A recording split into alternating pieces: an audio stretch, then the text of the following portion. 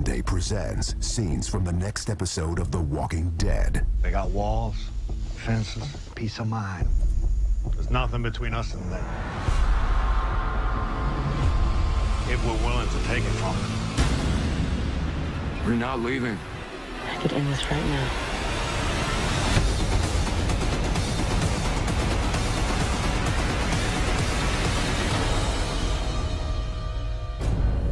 For more video, go to amc.com. And there we have it, folks.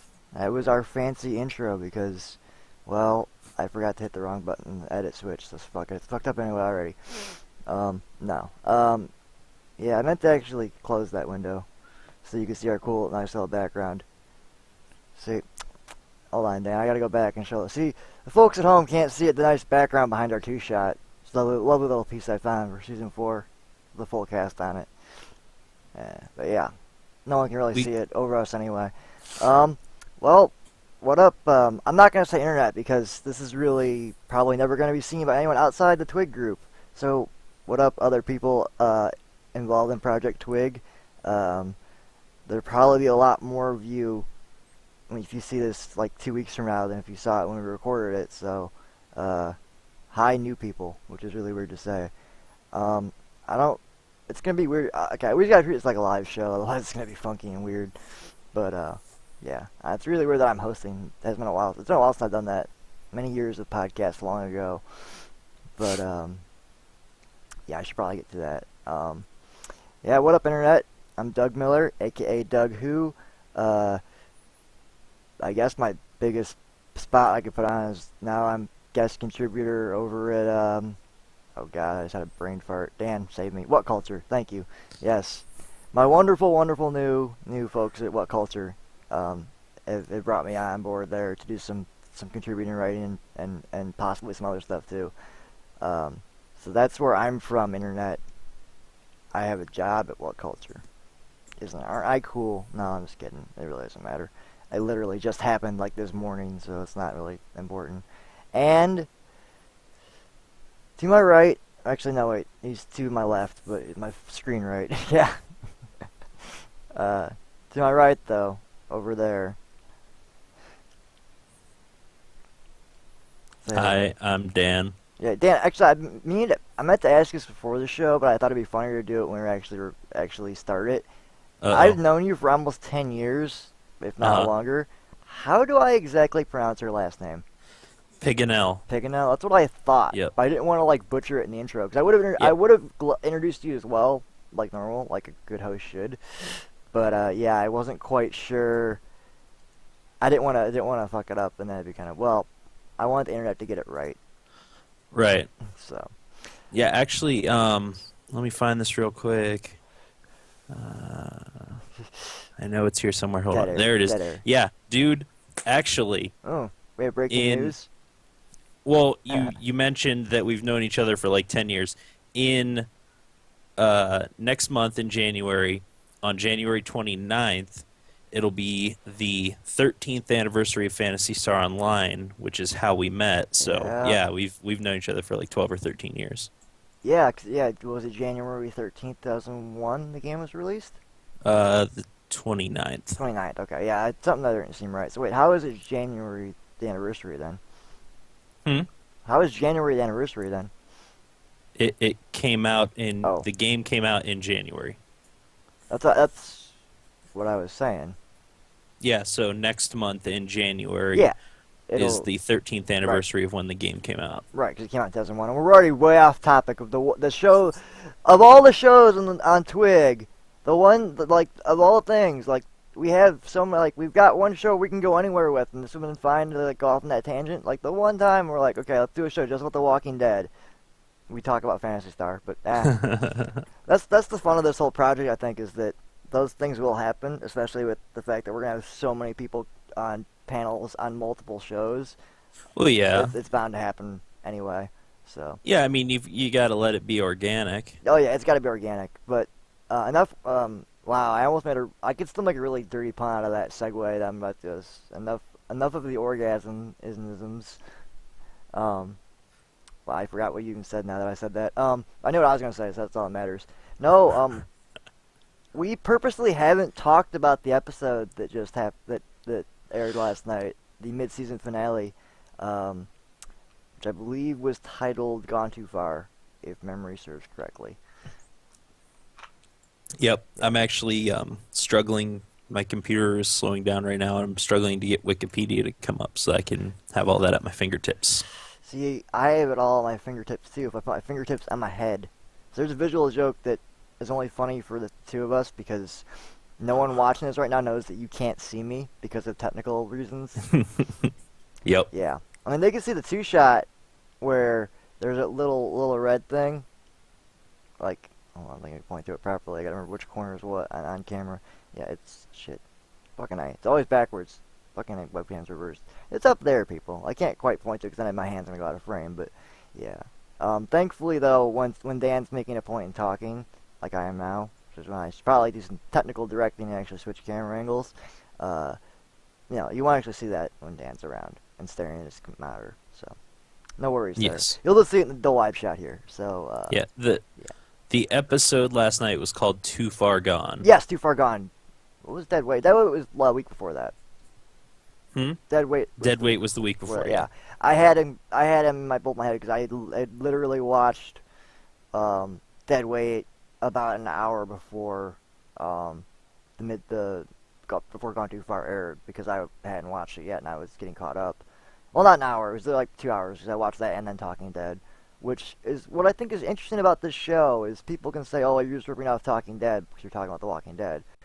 No, because the weird thing is that we're also going to be talking about things that happened on Talking Dead on this show. So it's like a post show in many ways. And there are things, especially we'll get into tonight, that I want to bring up that were talked about on that show. Because mostly because I was excited about it when they announced it, because they said Robert Kirkman was going to be on, which I'm always happy when he's there, which is rare. But as you know, Robert Kirkman is the mastermind, the creator of the comic book that the show is based on. And he's still an executive producer on the show as well. Mm-hmm. So. Yeah, and you've got...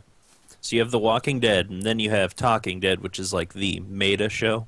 Yeah, the post show that Hardwick started in season 2, yeah. This is the super meta show. Yeah, this is we are here to aggregate not just The Walking Dead or Talking Dead, which are both controlled by AMC. We're also going to talk about things outside of that, like fan theories and other things from around the internet pertaining to the shows.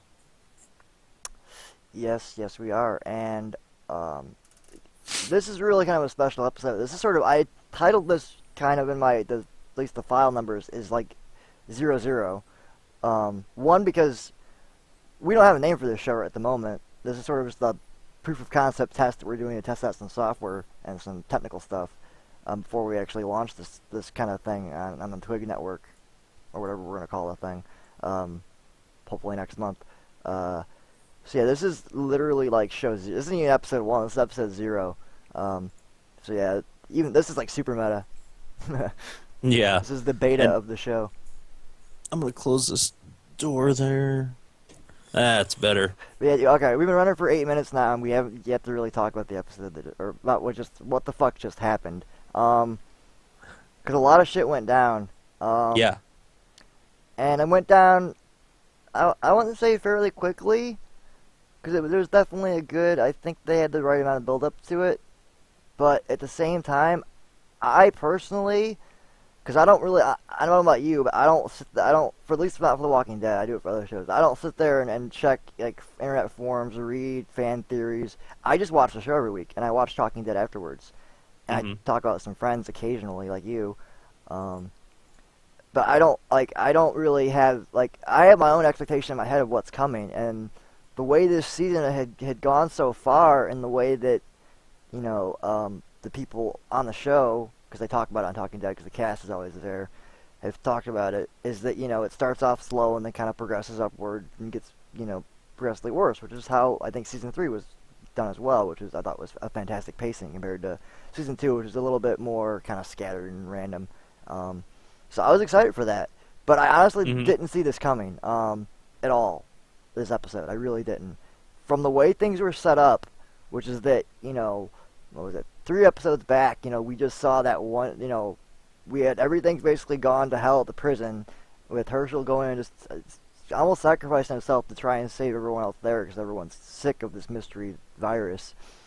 Right. And then things kind of settle out, and we're cool for a minute, and then we see the governor pop back up, and the episode ends, and shit's gonna come down to that. And then we get a complete twist, which is that we take a step back, and we take a necessary step back. I feel, because I feel that we need to take that. If you're gonna bring the governor back as a character, you've got to take time to build up and sort of give his character depth and reason and make all this make sense of why he would even go back to the prison. Well, obviously, number one, what even happened to him, which we saw episodes obviously covered that gap in time, and then the after story of the new people he met, and then how that all went down, which we're not going to get into too much because we're going to focus on the mid-season finale particularly right now. But yeah, I thought those 2 episodes where we kind of stepped back and we didn't see any of the prison. It was just pretty much all about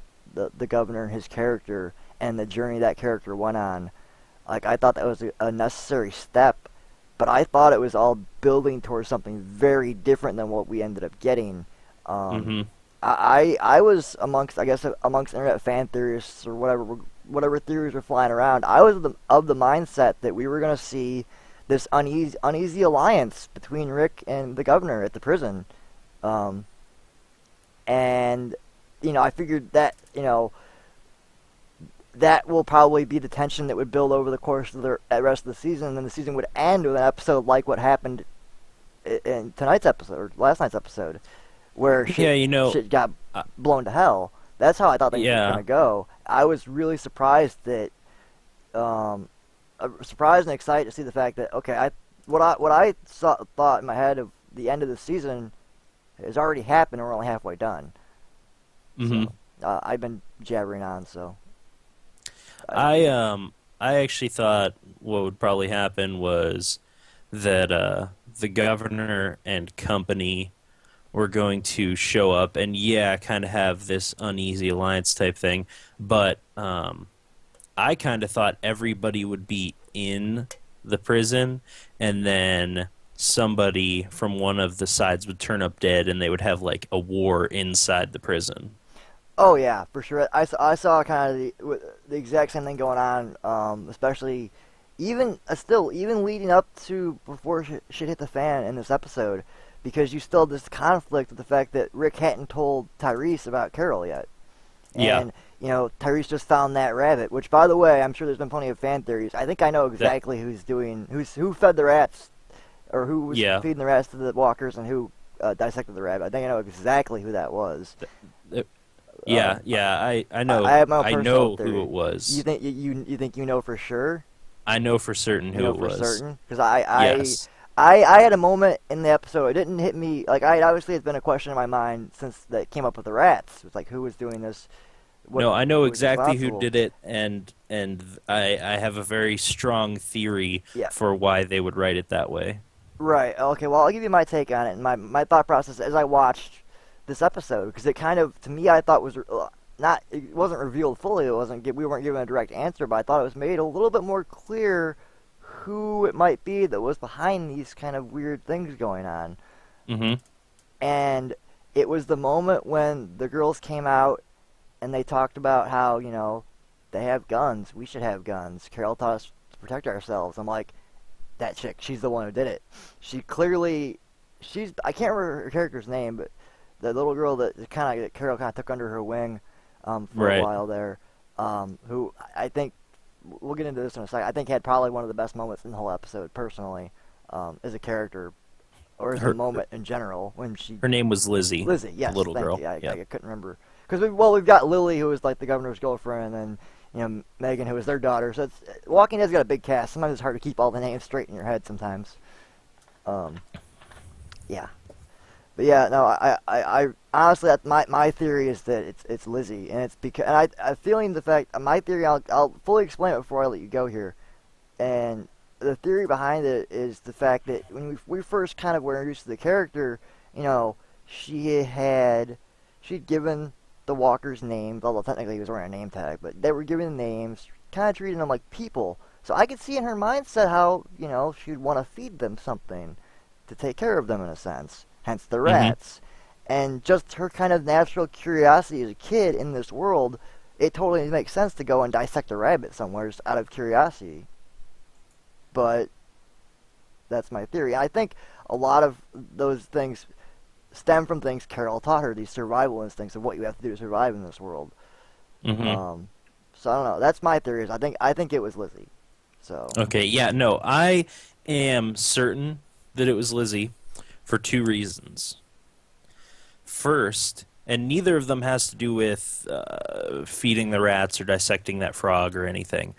What it is that she, Tyrese is convinced that whoever killed his girlfriend and the other guy was the same person feeding the rats and that did the frog. We know that it wasn't Carol. We know that Carol killed those two, but we know that she didn't do the other things. Right. Carol also took that girl under her wing. So that girl is the new Carol. She's going to start exhibiting traits of Carol. The second thing is she saved Tyrese's life. So now Tyrese, when he finds out that it was her, he's going to be in an awkward place. That's a very good point, and it touches back on what I was bringing up, and probably one of my favorite moments in the episode. The only moment in the episode where I kind of had a little bit of a cheer of like, yeah, like that was awesome, is when she came out and just fucking shot two people. That was awesome. I know, like, Right. It's the only show in the world, the only universe really, where that kind of thing can happen on screen, and you're gonna get a cheer from the audience when a kid comes out with a gun and just shoots two people in cold blood, pretty much. But it was an awesome moment and I think that too, for her character progression too, that was the moment where she fully she became an adult, really, in this world, in a sense. Yeah, I think so. But that's my theory. I mean, I may be wrong, but I think that they're hinting at that very strongly. Yeah, I totally agree with you, and we're gonna talk more about Carol because obviously I don't think we're done with her yet by any means, especially with the way she's out there. Yeah, well, I've got another theory that does involve Carol and this episode, and something else that happened. But since it happened later on, let's just take it one step at a time here and touch. There's other things to talk about that happened. Plenty of big things. Obviously,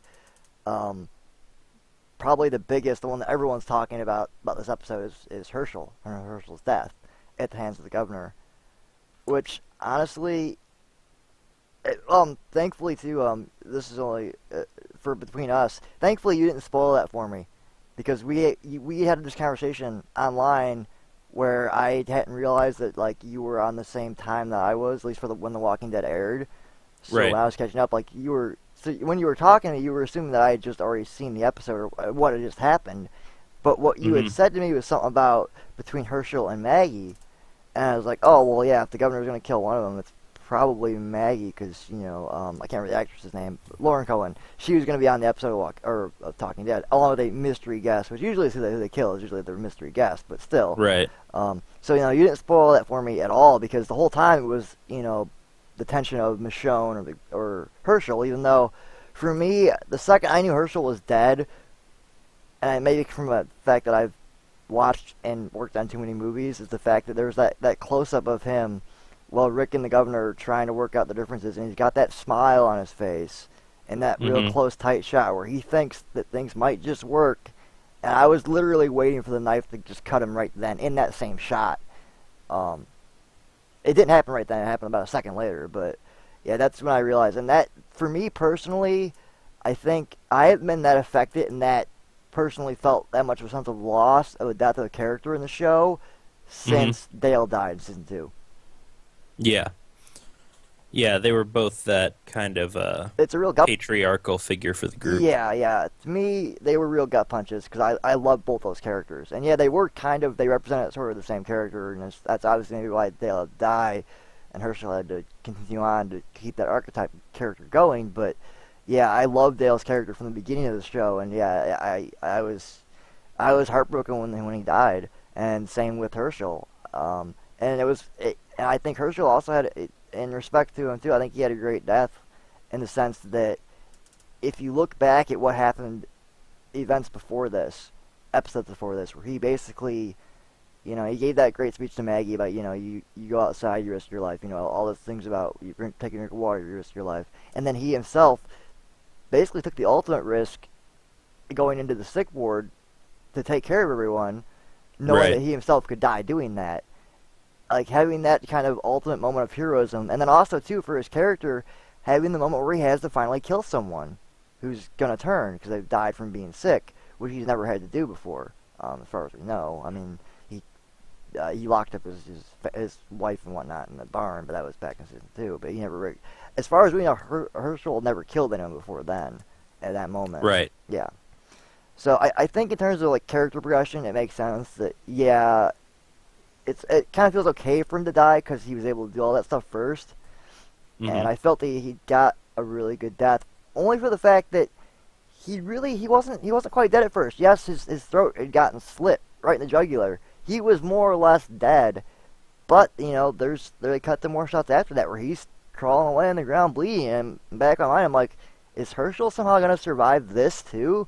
Like, is he going to be that ultimate badass who lost a leg, got cut by the governor in the throat, and still live? And no, like, you know, half a second later, the governor comes over and just hacks him to pieces. And that, to me, too, is, for the governor's character, that, to me, is, he was always kind of balancing that line of, you know, being the old governor and then trying to forget that life and be this new person, and then falling back into it. Like, and even David Morrissey talked about in Talking Dead how there was that switch in the character's head, you know, essentially of where he was at. And yeah, for me, the governor wasn't the governor again until that moment. Not when he even first cut Herschel, but when he went there and brutally went after him with Michonne's sword and fully decapitated him, and you know, the blood splattered on his face. Great stuff. But yeah, that to me was when he truly turned back into the governor. And yeah, so I don't know. Thoughts? Because I want a little bit of a rant. Thoughts on Herschel's death, I guess?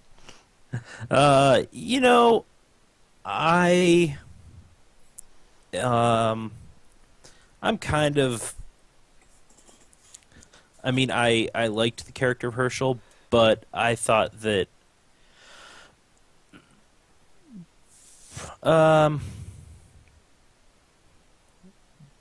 basically, I thought that Herschel should have already died. But, you know, that you can't always get what you want, I guess. Yeah, it's interesting you bring that up. Go on, though, because you know why. I think because Kirkman talked about this as well later on Talking Dead, but if you had another point there, go ahead with that.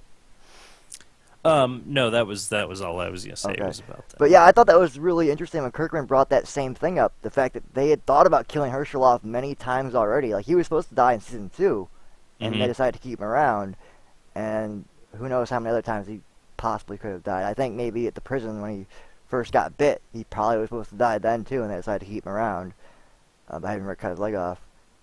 So yeah, it's just one of those things. Yeah, it's like you kind of know going into an episode like this, like clearly someone's gonna die, but at this point in the series, we've gotten to the point now where we've kind of got the old like the old guard and the new guard in terms of cast members. Like, we've got people who've been around forever that we think are pretty much safe. Like, you know, you can't ever kill Carl or Rick or Daryl. You know, for the most part, you can't feasibly imagine any one of them being killed off. They're like the only 3 people I think that are really safe on the show. And Meredith as well. Wait, did I say? I got that right, wasn't it? Yeah, I always call it a little ass kicker. I actually forget it real name half the time, but I think it is. No, it's Judith. Sorry, I don't know where I got pulled Meredith from. Yeah, it's Judith. Because in my mind, I don't know where the show's ever gonna end. Unlike the comic book, I do think the series will eventually end because unless you're Doctor Who, you're eventually gonna end as a series. And my vision of the last shot of the entire series is basically of Carl and Judith in the future grown up, you know, leading the group through whatever. Like, that's how I kind Mhm. of see the show ending, is on that note. But, yeah, like I said, like, you feel like a major character is going to die, but you don't necessarily think it's going to be someone you're going to care so much about, like a Herschel. You think, and they've done it so far, right, where they've brought in new characters, and, they don't, like, they brought in new characters that I loved and were awesome, and then killed them off right away. They did that a lot this season. Like with the two kind of stoners they met when Rick and Carol were out earlier in the season. I love those characters, and then they're both pretty much dead right away. I mean, the one's off somewhere still doing who knows what. If he's like me, he's probably still looking for weed in the apocalypse, which is what I would be doing. But yeah, his girlfriend just eats it right away. Because I love those two characters. I thought, oh, this is going to be awesome new like people to have in the prison with everyone to see how this dynamic's going to play out with these characters. And then, boom, they're dead. Yeah. But yeah, like, I guess I expected someone to die, but I didn't expect it to be someone on the level of Herschel, like that old guard falling of Cass. But it is part of what this show is, though. People die, so Yeah, definitely. It's always there. yep. The threat. Yeah, that said too, and again, like I said, I haven't been as affected by a death as much in an episode since Dale's death, and it's ironic that I bring that up because this particular episode reminded me an awful lot of the end of season 2, just how the whole thing played out. Well, yeah, because both of these events were. It was you had the two groups of people, because at that point Herschel's group, his family, was separate from Rick's group. Rick's group, but they were living on Herschel's land, and Herschel wanted them gone. And then you had this event, you had like a catalyst type thing. Yep. And yeah, the barn got broken into finally, pretty much. Right. All hell got broken loose. Right. And but it's interesting that they had these, and then the two, you have the two father figures that died, and all that kind of stuff. It was under different circumstances, but I think that's interesting to note. Yeah, that it kind of happened that way. And then also the same echo of that is the fact that at the end everyone kind of scatters off in directions, and we don't know where some people are. So yeah, I think it was very similar in that aspect too. And yeah, since you brought it up, and obviously it was the other big death of the show, we have to talk about it. And it's obviously a big deal. But yeah, the governor died too, which Yep. I honestly was kind of surprised by. I didn't think. Well, I thought we'd see him until at least the end of the season when he died. When this event of the prison basically going to hell and being useless, getting destroyed, would be at the end of the season. But it happened now. Going back to season 3, I thought, and this was just kind of the way I hoped it would go down. I kind of thought that what would happen is they would be having this big battle at the prison, and or like the governor was going to go to cut off Herschel's head or something, and Glenn was going to shoot him because Glenn had a bone to pick with the governor from day one. Yeah. Oh, yeah, with Maggie. Yep. What happened, yeah. Well, I thought for a second there, too, like, that was that too was the question with the standoff, so to speak, that went on, was who was going to fire the first shot. And in my mind, the person that really fired the first shot wasn't the governor killing Herschel. It was the walker that bit Megan, the little girl. Yeah. Because to me, once that happened, even though it happened away from all this stuff, to me, once that happened, I knew once that news got back to the governor that it's all over then. Shit's hit the fan. That switch is gonna get flipped, and he's gonna be back into bloodlust mode again. Because basically he's lost his daughter again at that point. He's lost his replacement daughter. So right. That to me was and that was a great moment too when after everything. I mean the fight's already started at this point, but when that moment does pay off, when Lily brings Megan's body back to the governor, and the governor just takes her kind of gives her that once look over, and then just pulls out the gun and shoots her in the head, makes her she's dead. And then, yeah, obviously that leads more into what happens to him later, because, you know, I think for Lily that was her last straw kind of thing. Well, not only the fact that he just, you know, not only the fact that he shot her, but the fact that he's the reason they were even in this situation to begin with. I think that's why she ultimately was the one that did end up killing him. Even the governor's death's the whole thing that I could talk about for quite a bit here, because I honestly, it's not, I mean, not that I didn't want it to happen yet. It's fine that it happened. I didn't like the way that it happened. And this is something that Kirkman also talked about a little bit on Talking Dead, which is that, you know, a big character should, and it wasn't talking about this in regards to the governor, but in regards to, like, Rodriguez, a week before, or, I think it was Rodriguez. His name's something like that, or whatever his name, you know what I'm talking about, the governor's right-hand man, who got, who has issues with stuff the week before. He was referring to that, referring to, like, Herschel, like, when you've got these big characters, they should have these big heroic deaths, because it's the payoff for the character. And he says, you know, with the governor, and he talked about in the comic, too, he kind of didn't want to do that, because he was such a hated person. You don't want to reward that hatred by giving him a big death. You kind of want to make it underwhelming, in a sense.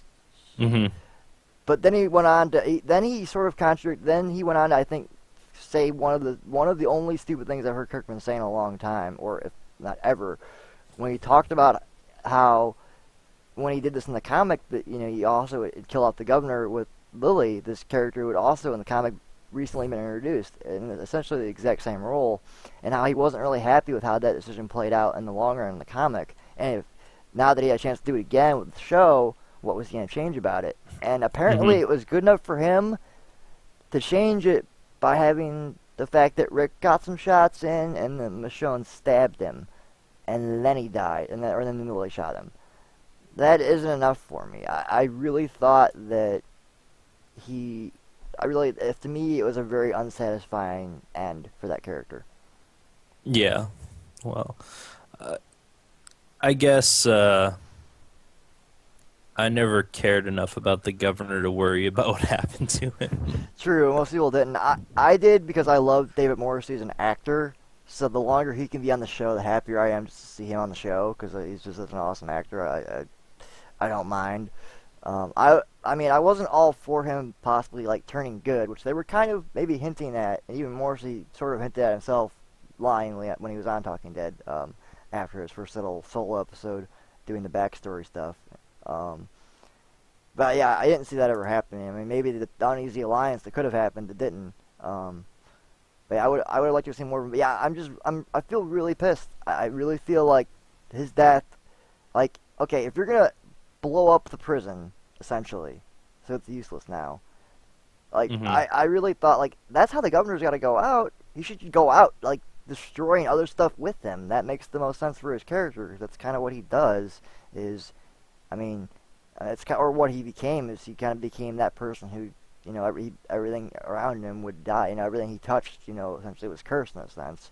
Not really, but that's the kind of the character he was. It's like death and destruction followed the governor around, so I personally thought that, like, something was going to happen with the tank and some kind of big explosion with the governor pretty much willingly killing himself just to destroy the prison and or possibly kill a major member of the group, like someone like Rick, which he almost killed, which was an interesting scene. Like, obviously they had their fist fight, and, you know, he's choking Rick out when Rick gets saved by the sword, which I do want to bring up the sword, because that shot was brilliant, because you just see the sword come in and stab him. I honestly thought it was Beth, because Beth had disappeared at that point. She had freaked out over Herschel's death. I thought it was Beth, and I thought that would have been awesome, that Beth would have been the one to stab him. And then, you know, his body falls back, and you get the reveal that it was Michonne, which that's who everyone thought it was always going to be anyway, because it seemed the most proper way of revenge. But I was still okay. Even because I was that moment too that they had between Michonne and the governor after he got stabbed, I loved too, because you can see it, and this is just credit to God, I can't remember. It's Michelle Gadai, I believe, who plays Michonne. Actually, I think I pronounced her first name probably. Anyway, it's a you can see the remarkable acting skill from her in just that scene, and it's all done without any words said. You can see the thought process going in her head of, should she kill him or should she leave him to be? Is that a worse punishment in this world, is to just kind of leave you either to be eaten by walkers or to turn into one yourself, or to just die and suffer slowly and then turn into a walker anyway. I love the fact that she didn't actually really kill him. She left him for dead, essentially. But in this world, has a whole different meaning. Right. Like I was really happy with that. But yeah, I wasn't happy with the fact that I would have been okay with the governor's death if that had been it. Like, we had just seen it, like, that had been the last we saw of him, was him bleeding on the ground somewhere, because, you know, he could have potentially come back like Merle did in, you know, season 3 eventually, when he came back for real.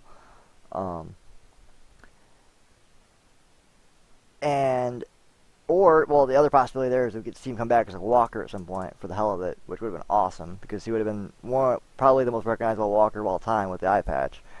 And they could have made him a really badass walker. I know no one walker is any more, like, different than the other than, like, different things that make them kind of unique, but I think they could have done some really cool stuff with a walker governor, essentially. But yeah, they killed him anyway. So yeah, that's the only thing in the episode, and the only thing in a long time with Walking Dead where I've been like, man, I just felt it could have been done better, I think.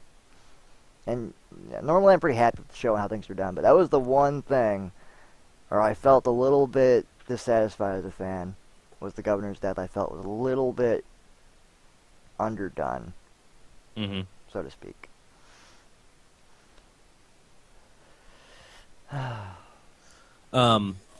Turning to one thing, and this is a criticism I have for the episode. So that tank they had. Yep. Tanks have, like, awful gas mileage. Yep. That's not an ideal zombie apocalypse vehicle. No. And I talked with someone else about this, and they're like, yeah, but it's a tank. It's got a big gun. I'm like, yeah, that's great, but it takes 4 people to run a tank. You know? And so you've got, first off, you have to have 4 people who are all trained and know what they're doing. You have to have ammunition. You have to have fuel. Like, a tank like that was designed in Vietnam era. That's like a 60s tank. Yeah, they talked about it in the Fresh Buzz, and I'm talking that about the little facts they mentioned with the tank. Yeah. Yeah, those tanks had a 300-gallon fuel tank, and they got like 100 miles out of that.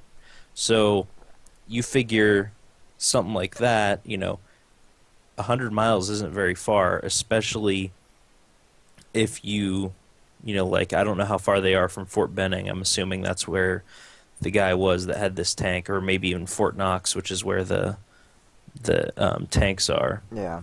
Plus, what was a tank that old doing there? Right.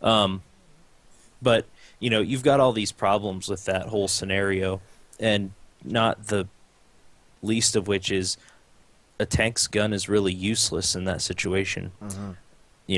What else are you going to shoot with it other than buildings? Oh, yeah, exactly. Its main weapon is completely almost useless in a zombie apocalypse. Unless you've got like a mega horde, even then, you're probably not going to get many kills out of the shrapnel damage, because you hit him in the head. But yeah, it's really only good against people in the apocalypse. But yeah, your problem is more of a logistical, like, kind of plot hole reworld problem, whereas I am able to be like, okay, suspension of disbelief. Yeah, tank doesn't make much practical sense, especially this far into the apocalypse. I think we're like 2 years in now from this point. They haven't really said exactly, but it's been more than a year. I know that for sure. Yeah, they've gone through at least 1 year. Yeah, at least, because they've mentioned before, like in between breaks, like actual breaks in time, they've said on Talking Dead at least, it's been questioned how much time passed, etc., things like that. Because you've seen Carl grow up, and obviously we've seen Judith grow quite a bit since she was born last season, to where she is now. And actually, getting back to Judith, because that's about the only thing we haven't really touched on at this point yet. And I'll let you. Well, I don't know if I should go first. I have a really interesting theory here about what happened to Judith. But I think since I went first, well, we both agreed about Lizzie with the whole dissecting the the frog, rabbit, whatever the hell it was, because I said rabbit, you said frog, but duck season, rabbit season, same thing. I have just as big of a complex theory about what happened to Judith that's in my head, but I want to know, since I went first on that one, we agreed anyway that it was Lizzie that was the one with the rats and the dissection. Right. But for the whole Judith mystery, which is the kind of only mystery right now, is like what happened to Judith, where did she go? So yeah, I'll turn this one over to you first, and what do you think? Okay, I don't think Judith is dead. Oh no, I don't think she's dead either. No. Yeah, I think somebody grabbed her and put her on the bus. So you think it's just that simple? That someone just grabbed her, put her on the bus, and because we don't exactly know who was or wasn't on the bus. That was kind of left open in the air too, because some people got on and off. So much shit happened all quickly. Yeah, I agree. It's certainly a possibility. My theory is a little bit more radical here. Okay.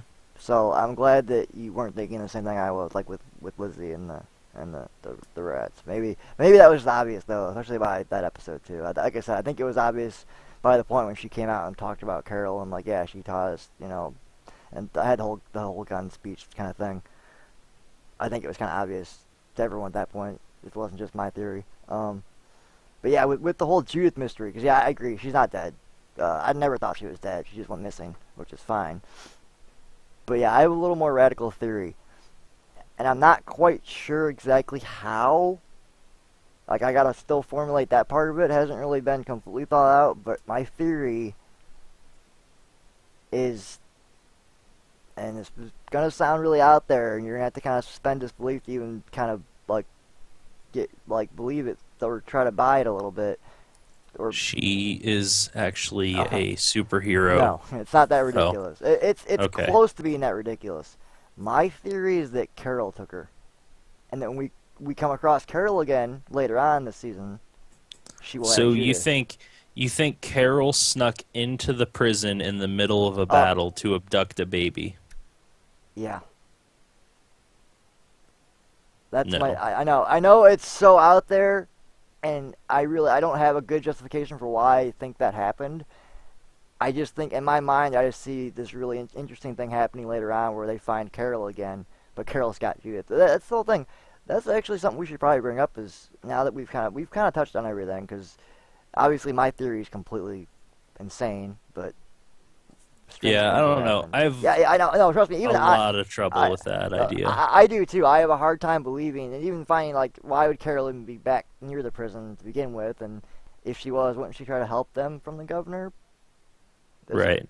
Or well, maybe she showed up right near the end of the battle, and at the point where everyone's leaving, and finds Judith, and because there was some blood in that car seat, so there could be this implied Walker attack, essentially not on necessarily Judith, but maybe someone else that was trying to put her on the bus that got killed. That Carol then came in and killed the Walker, and then just took Judith anyway, and left.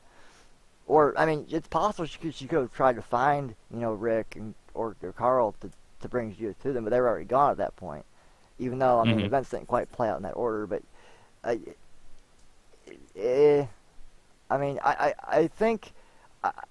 think the reality here is probably somewhere between our two theories. I don't think it's just as simple as the fact that someone put her on the bus and she's somewhere on the bus, and we'll eventually get right back to she'll be fine. Like, the first episode in the second half of the season will just be, oh yeah, she's on the bus, she's cool, she's good. Like, I think that's going to be a big mystery for a couple episodes, or possibly the arc of. Well, they got a lot to deal with, and we'll get. You think this is going to be like Megan Part 2? No, not quite that bad. Not that bad, or not Megan, but whoever the hell Carol's daughter was, who went missing for forever. Megan was the Lily's daughter, the governor's girlfriend. I can't remember for the life of me what the hell Carol's kid was off the top of my head. They went missing for almost 2 seasons before they found her as a walker. Well, it was the whole second season. Yeah, you're right. Sophia. Sophia, yes. I knew it was on the tip of my tongue. Yeah. I just couldn't quite think of it. Yeah, Sophia. No, I don't think it's going to be. I mean, yeah, I think we could maybe like it's going to obviously it's something that it's going to build over time. Like if we don't see her by the end of the first or second episode of the next part of the season, it's going to become a bigger and bigger question of where's Judith? Where's Judith?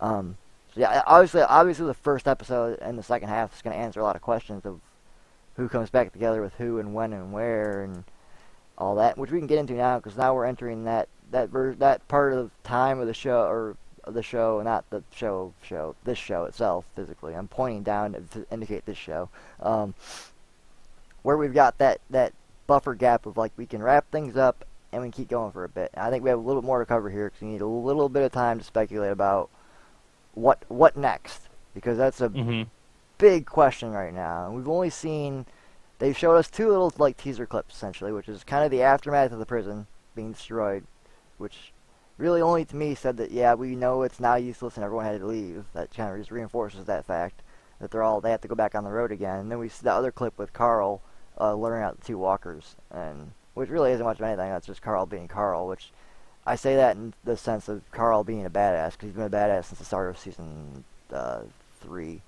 The first episode of season 3, he kind of established himself as a badass. In like the first 30 seconds, when there's like, if you remember the opening of that season, it was great because they were raiding that house. Like we're probably gonna get back to that style of the group on the road surviving, at least to start with, when we return to the show.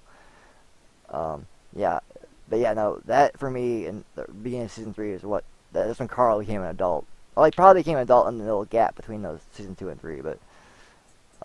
Or some could argue when he had to shoot Lori, but you know, yeah, because that was a big moment for his character.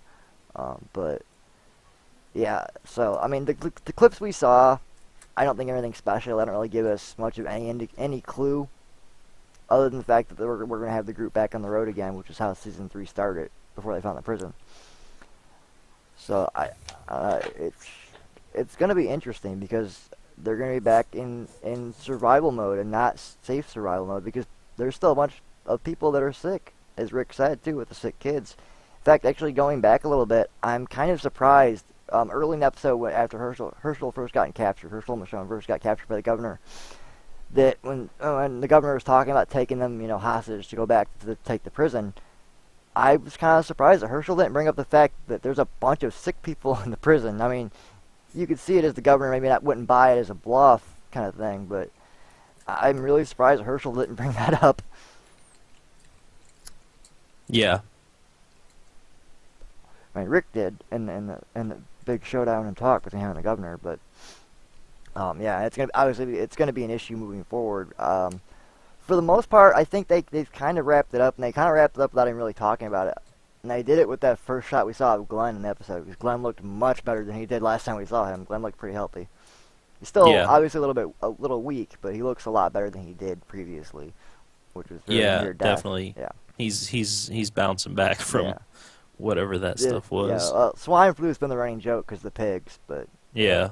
Yeah, I wonder if I don't think we'll ever get an explanation for that thing because now we've moved on from that. Although they could still probably explore a little bit because there's still some people that are sick. But I think for the most part, the contagion of that, really worst case scenario is zombie apocalypse is a fucking flu outbreak. So yeah, I think that for the most part is kind of past as a threat, which makes me wonder.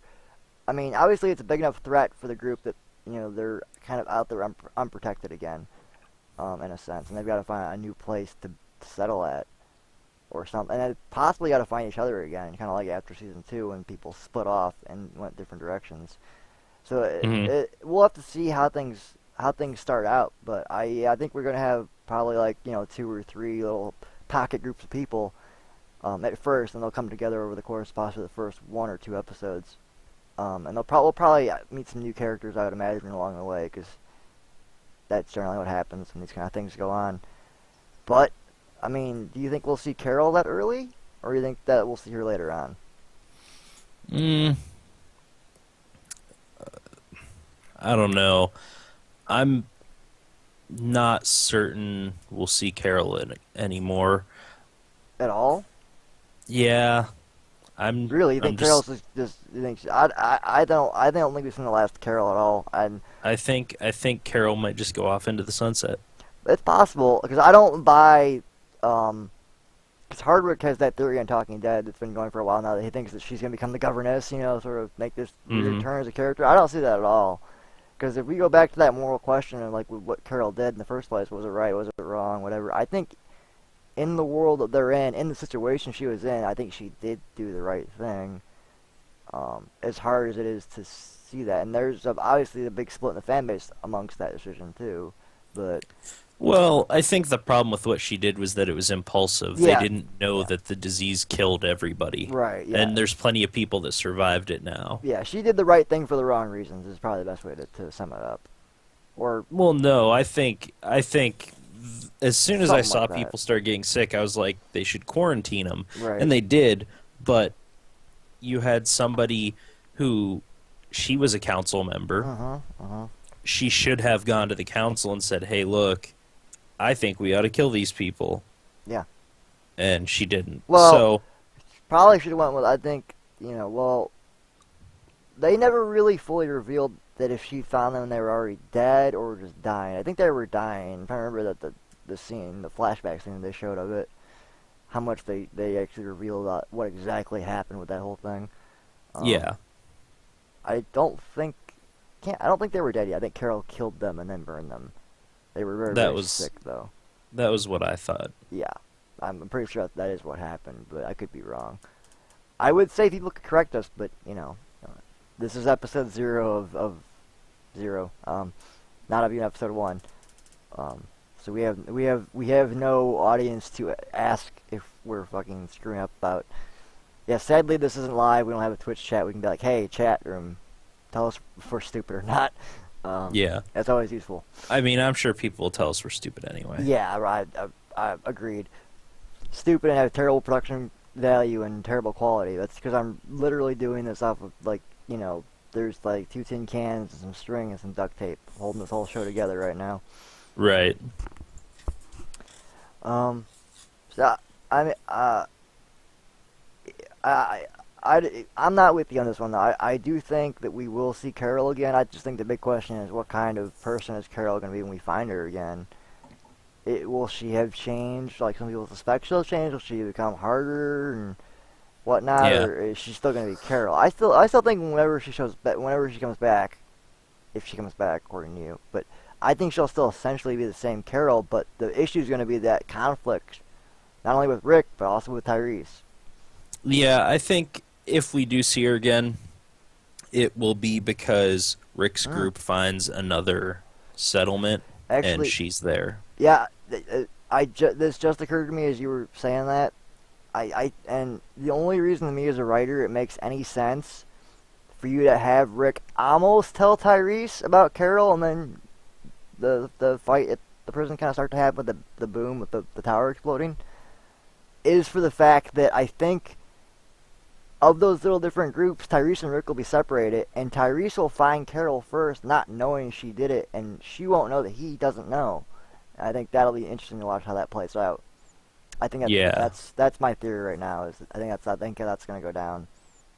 And That's actually a good point. That's interesting. Yeah, it didn't occur to me until just now when you were saying that. I thought about it in my head. I'm like, yeah, the only reason to not tell, to have that Tyrese not know, is so you can make it an issue later that he doesn't know. And the only way that it could be an issue later is if him and Carol come back in contact with each other without someone there like Rick or Daryl who knows what happened. Yeah. So, yeah, that's my theory. I think that's what, I don't know if we're gonna see it right away in the start in the second part of the season, because it's really hard to judge when you have this kind of season that's split up in 2 parts and it's kind of has 2 finales and 2 beginnings. I'm kind of used to it as a Who fan the last couple of years. We've had that with Doctor Who the last several years. So, but it is tricky with any show, but especially The Walking Dead because of the nature of things. Mm-hmm. Yeah, I don't know. It's tough to call. Like, yeah, it's really up in the air right now where things should go. I don't know.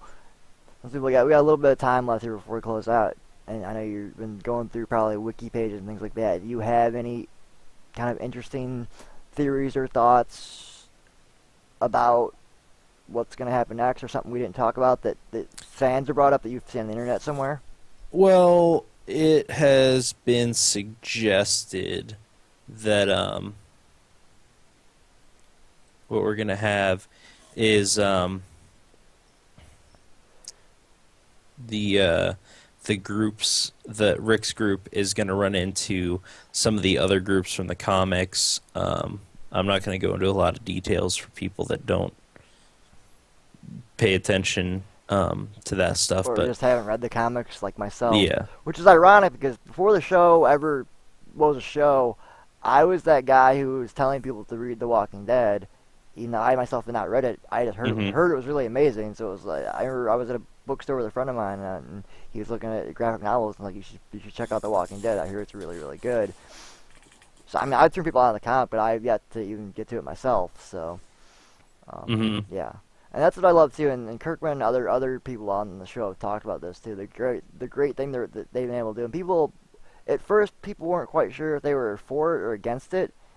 You know, if they should change things from the comic or keep them the same. And I'm all for what they're doing. Of like, yeah, the comic's out there, but that's kind of nice thing is like, that doesn't necessarily dictate what's gonna happen on the show, and you can change things so much and throw people off that have read the comic. And then people like me that haven't read the comic, it doesn't affect me at all either way.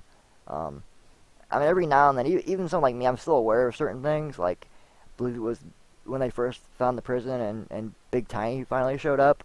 Like, I knew it was him from the second we saw him. I'm like, yay, Big Tiny finally! Because I have like I said, I have friends that have read the comics, that are fans of the comic, and some of the characters in there, like Big Tiny, who played a much larger role in the comic than the one episode he was in the series. Right. So. But go on though. So yeah, you think I'm in agreement with you too. I think that there will be some new characters introduced as well, within the little splinter groups that have formed out of the main group now. But yeah, continue if you got anything else about what the internet buzz is. Oh, that was basically it. Is there's some other groups and people have noted that certain actors have been signed to play certain roles. Ah, okay. And those roles happen to be characters from the comics that we haven't met yet in the show. Gotcha. So there's a lot of speculation that they're going to run into those because those people are part of groups, or are they going to make it where they're not groups? Because a lot of things have been changed. A lot of things are the same, but some things have definitely been changed as well. Yeah, Rick still has his leg. Yeah.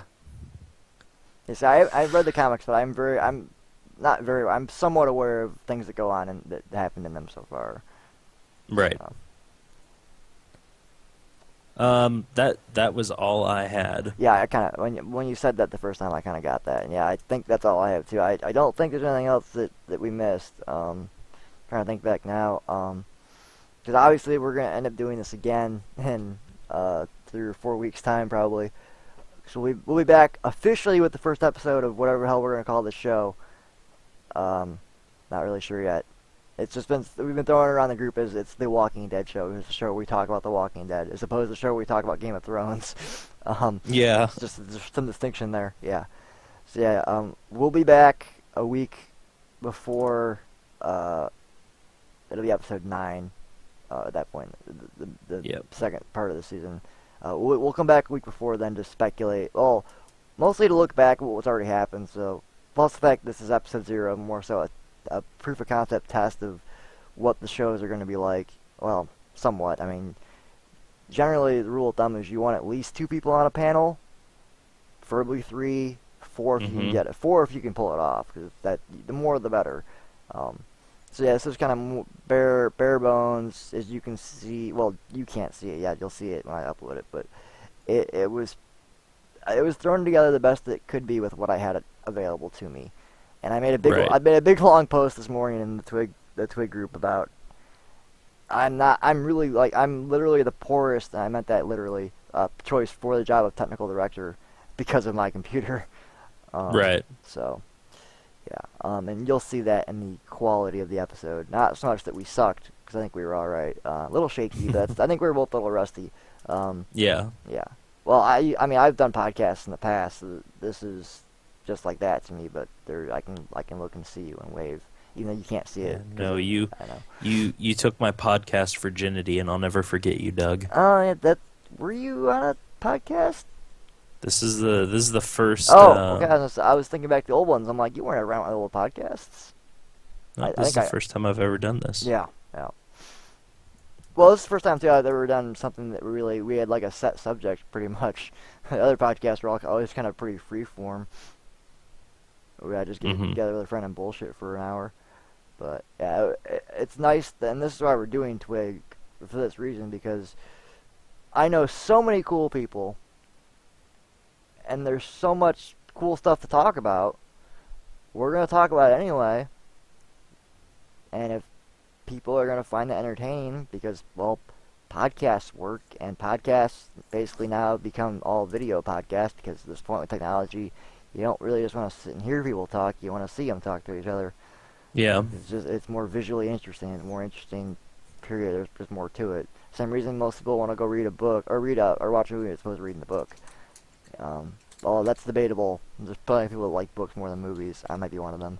Oh, actually, I'm more of a graphic novel person, because you have elements of both in there. You still get a visual feel for stuff, even though, obviously the truly great writers create those visuals in your head anyway. But yeah. But yes. So I guess it was an honor to take your podcast, even though it's not exactly what this is, but this is the evolution of the podcast. This is what podcasting is ultimately going to become one way or the other when I started doing it way back in the day, when it was still a new thing. Actually, I remember back when we weren't even calling them podcasts, it was internet radio. Yeah, right. Were you, this will be, I may just have to stop the recording because we're pretty much done, but I do want to ask you something if you remember this, because it's on the subject of it. But I think we should probably wrap the show up. So we're just over the hour mark. So probably a good time for us to wrap up the show. Yeah, that's it. Like I said, this is episode 0. It's probably it's like the internal, or really it's like the closed alpha test of all our shows for Twig. Yeah. I don't know if the public will ever see this episode. They may, if we get enough demand for, like, hey, show us that episode that you guys did that you didn't ever show anyone, and then we'll release it. It looks like crap. And you'll be like, yeah. well, and then people will be like, yeah, I can see why you didn't want to show that to anyone. And be like, well, I told you so. But yeah, let's still treat it proper, with a proper send up, like it is an actual show. So yeah, like I said, we'll be back week before second half of the season starts. I believe it's February 15th. I don't have the exact date off the top of my head. And let me see if I can find it. Either way, whenever that date is, I mean, it's not important now. It'll be important. We'll be promoting this plenty before it actually happens, because by then Twig will be launched as a network. Yeah. Okay. Episode 9 airs February 9th. February 9th. Okay. So yeah, So we will be on February 2. Yeah, February 2nd. It's roughly about more. We'll try and get in the habit early of doing the show, because our goal for these shows, at least for this show, and this is really one of the only shows I think it's really important that we do it immediately after, because it's such a unique situation. You've got the show, then you've got the after show with Talking Dead. So I felt like there was a sort of a weird need to have this show be done live directly after that. That way, people like me, I guess, they're like that. Will sit and some people just watch The Walking Dead. They don't care about Talking Dead at all, and they're fine with that. Me, I'm almost just excited. To me, it's all one big show, really, in my mind, kind of at this point. Like, it's just like, there's the show and there's the after discussion about the show, and then I guess if you want to tune in here, some other people that don't have nearly as much money and don't live in LA and aren't nearly as cool. I went and said that about everyone in the panels. Because we have some pretty cool people lined up for Twig so far, and I haven't even gotten some of them in the group yet. There's still quite a few people coming. And again, this is stringing together Twig with people we know. It's going to get a lot bigger, I think. Especially give it a couple months to a year. Who knows where we'll be at. But yay, hooray for episode 0 being wrapped up. We did it. We didn't end the internal alpha because there'll probably be about I'd say 5 or 6 plus more of these before we actually go and launch in early January of 2014 with whatever we call the network. We've been throwing around the whole Twig TV thing or something like that because Twig's the only fucking show we have that we have names, so that's what we stick to. That and Twig is sort of the central show of the whole network anyway. It's the one show that goes year-round, doesn't ever go off the air when a TV show is out of season or something like that, you know. Although I suppose the video game show, and if we do film one will be tricky, but that's more of a technical conversation to have on the work group forum than on this thing. Yeah, we should really wrap up because we're like 5 minutes over now. Do you want to start the wrap up and then go to me? I don't know. We have no protocol fine. Here. So yeah, we don't have a name or anything. So yeah, we have no fancy lower third graphic to put down here with our name and our Twitter handles or whatever people want to use for their thing. But we'll have those stuff for reals. Hopefully by the time we do the next test episode of something, hopefully we'll have those ready to go. Basically, the goal of each test is it looks better than the last one. If it looks worse, then we're not doing it. As long as we keep going forward, then we're all right. Right. All right, so I'll toss it over to you. Okay, well, this is Dan Piganell, and you're just gonna point. Yep, and you're trying to point back to me for the. Yeah, I get it now. This is why we gotta do more of this. Yeah, yeah. Oh, you're over there, aren't you? No, other way. You are there. Yeah. Okay. Yeah, and I'm Doug Miller, aka Doug Who. You can follow me on Twitter at DougIsWho, all one word. Doug is Who. Yep. Or I suppose no, because normally I'd say by the time people see this, I'll have columns up over on What Culture, but at the moment I don't have any columns up over there, so I can't say go check those out too. But I don't have them up. There's nothing there at the moment. By the time we do the show for real, they'll be there. So yeah, that was our show, people. We successfully finished the first alpha test. It's one in the can. Yeah, it's sort of one of the cans when we get the first episode of the actual launch done, which will probably be an episode of Twig, I'd imagine, since it's our flagship show. We'll probably start with it. This is one in the proto can. Yeah, proto. I was trying to look for a word. Yeah, proto can is good. But yep, that's it for us, people. I wish I had I don't have a fade out effect or anything like that. We need some effects in here, man. But I have very little to work with. I'm doing the best I can with what I have, so that's all good. It's gonna be like The Sopranos. Should we do it like The Sopranos? Should we be in the middle of a sentence and just cut it out? Nah. Sure. No, I mean, we have to I mean, it'd be more interesting if we got into some really exciting conversation or oh, I said this great new theory about so and so, but nothing really came up to me, so it's not gonna work. Yeah. I agree with that message. So, all right, guys, peace out. Please leave us lots of feedback on the group about this video. Things you liked, which is probably going to be a very short list, and all the things you hated, and then we have to do better next time, which will probably be its own different group itself. So, looking forward to hearing what you guys have to say, and looking forward to actually watching this myself, because I'm a weird guy like that. Alright, peace. Wave Good goodbye. night. Wave goodbye, Dan. Yes.